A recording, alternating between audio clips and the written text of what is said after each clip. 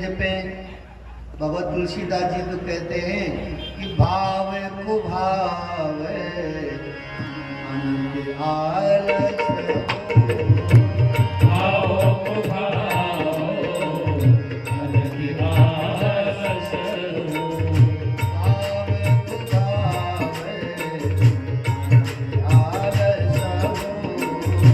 भाव को भाव अनंत आलस भावे को भावे अनंत आलस भाव को भाव अनंत आलस नाम जपत अंतर ऐसी दर्शन नाम जपत हरिदिश कसम नाम जपत अंतर।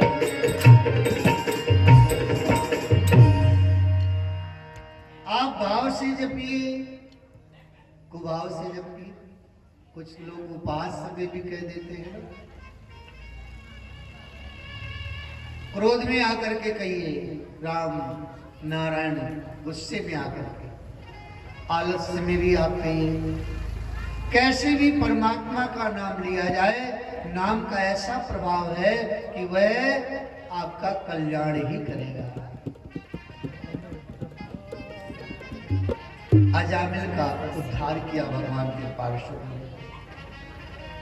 अंतिम समय उसको अपने पुत्र की याद आ गई। पुत्र का नाम रखा था नारायण। उसका नाम लिया, बुलाया, नारायण आओ, देखो बेटा ये कौन बड़ी विकराल रूप धारण किए मुझे बड़ा डरवा रहे हैं, मुझे यातना दे रहे हैं। नारायण बचा लो मुझे, नारायण बचा लो। वह तो अपने पुत्र को बुला रहा था, लेकिन भगवान नारायण के पार्षद आ गए और अजामिल की रक्षा करी। ऐसे ही हम आप भी अगर किसी भी प्रकार से भगवान के नाम के आश्रित हो जाए, नाम हमारे हृदय में विराजमान हो जाए, तो समझ लीजिए कि यम के दूतों की सामर्थ्य नहीं है कि आपको यमलोक ले जा सके। यमलोक भी जाना भी पड़ेगा ना, तो यमराज भी तुम्हें दंडवत करेगा। इतनी सामर्थ्य है नाम में।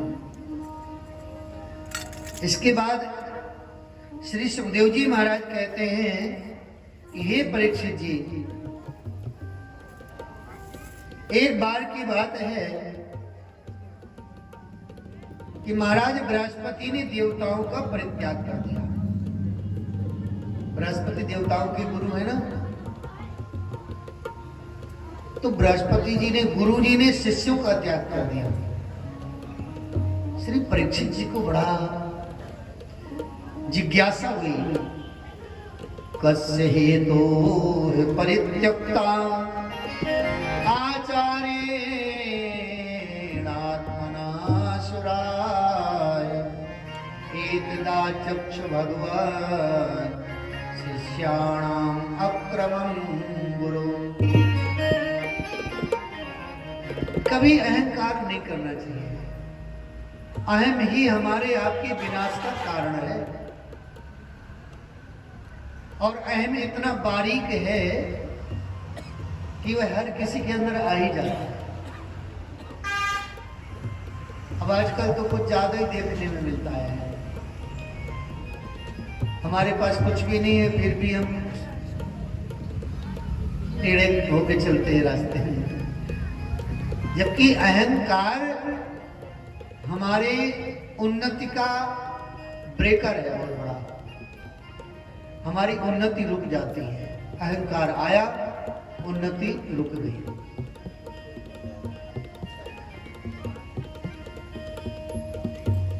सभी देवता मतवाले होकर के स्वर्गलोक में अप्सराओं का नृत्य देख रहे थे,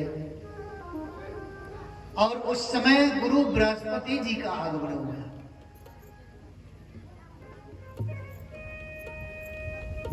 गुरु जी को भी चाहिए कि ऐसे अवसर पे नहीं जाना चाहिए। शिष्य जब बुलावे तब जाना चाहिए।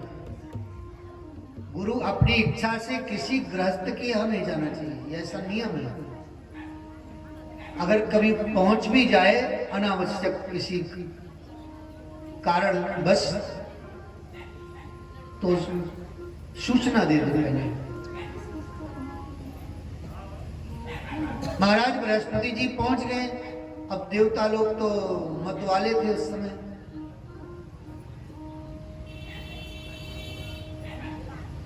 बृहस्पति जी का सम्मान नहीं हुआ, गुरु जी का अपमान हो गया। किसी ने उठ करके अभिवादन नहीं किया, उनको स्थान नहीं दिया।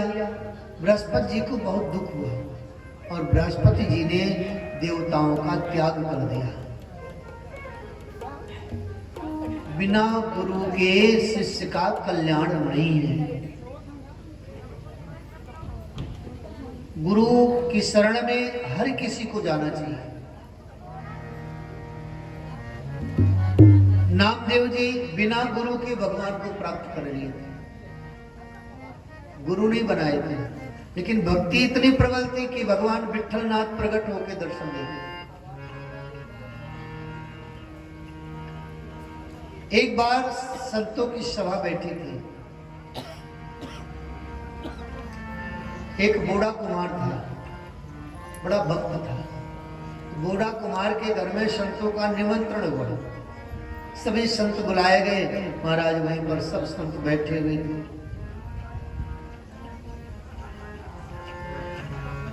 पत्तल डाले गए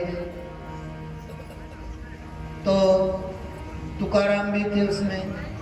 उनकी दृष्टि गई कि कुमार ने जो मटकी मिट्टी के बना के रखे थे, उन्होंने कहा देखो जैसे ये कुम्हार मिट्टी के बर्तन बनाता है ना, वैसे ब्रह्मा जी भी ये मिट्टी के बर्तन बना के रखे।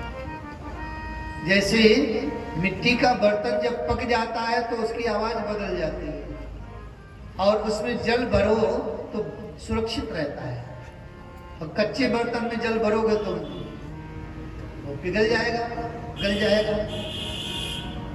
ऐसे ब्रह्मा जी के बनाए हुए ये सब घड़े हैं, रखे हुए हैं। अब ये पके हैं कि कच्चे हैं पता कैसे चले? बोले हम पता करते हैं। तो एक संत जी उठे, वो कुम्हार का हत्था होता है लकड़ी की, उसको उठाया, सभी संत के खोपड़ी में मारने लगे। जैसे ही नामदेव के खोपड़ी में मारे तो नामदेव जी ने कहा हाँ कोई कच्चे घड़े हैं क्या? संतों ने कहा बस यही कच्चा घड़ा है और तो सब पके हैं।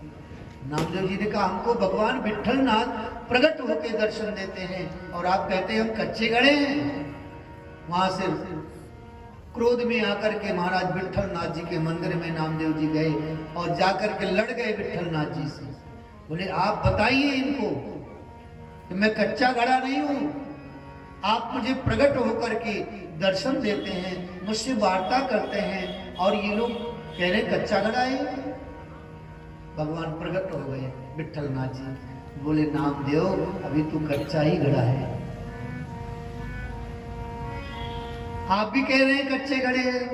बोले हाँ नामदेव अभी तू कच्चा घड़ा है। जब तक गुरु के शरण में नहीं जाएगा तब तक तू पक्का घड़ा नहीं बन सकता।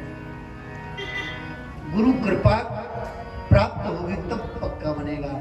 मैं भी, मुझे गुरु बनाने की आवश्यकता नहीं है, लेकिन जब जब मैं इस धराधाम में अवतार लेके आता हूं तो मुझे भी गुरु की शरण में जाना पड़ता है। बोले मैं किसके पास जाऊं? तब फिर नामदेव जी ने कहा जाओ जंगल में एक शिव मंदिर है, वहां पर एक महात्मा मिलेंगे, उनको शरणापन्न हो जाओ। वहां गए तो महात्मा जी पता है कैसे, दिन के 12 बज रहे थे और महात्मा जी शंकर जी के जो शिवलिंग था ना उसके ऊपर पैर रखे थे और चद्दर तान के सो रहे थे। ऐसा महाराज भक्तों की परीक्षा बड़ी कठिन है। और नामदेव जी ने देखा अरे ये महात्मा शंकर जी के ऊपर पैर रखे ये सो रहे हैं, अभी 12 बज रहे हैं, ब्रह्म मुहूर्त में जगना चाहिए महात्मा को। लौटने लगे तो आवाज आई कि नामदेव तुझे विठलनाथ ने भेजा, फिर भी विश्वास नहीं है। और ये तो महाराज ब्रह्मज्ञानी है, आत्मज्ञानी है। महाराज ये कैसे शंकर जी के ऊपर पैर रख के सो रहे हैं आप? महात्मा जी चद्दर ओढ़े ओढ़े बोले कि नामदेव मैं बूढ़ा हो गया हूँ, मुझमें सामर्थ्य नहीं है कि मैं अपने पैर शंकर जी के ऊपर से उठा के कहीं और जगह रख सकूं। तुम ऐसा करो, मेरे पैर वहां रख लो जहां पर शंकर जी नाम शिवलिंग है। नामदेव जी ने जब पैर उठाए महात्मा के और दूसरी तरफ रखा तो वहां पर भी शंकर जी शिवलिंग प्रकट हो गए। अब तो महाराज चारों तरफ पैर महात्मा के घुमा करके रखने लगे, जहां भी रखे वहीं पर शिवलिंग प्रकट हो जाए।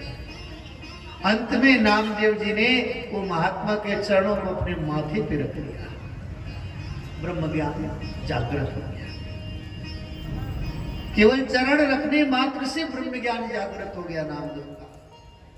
कहने का भाव यह है, गुरु कृपा अति आवश्यक है। और हमारे संत तो कहते हैं जिसके गुरु नहीं उसका अभी जीवन शुरू नहीं।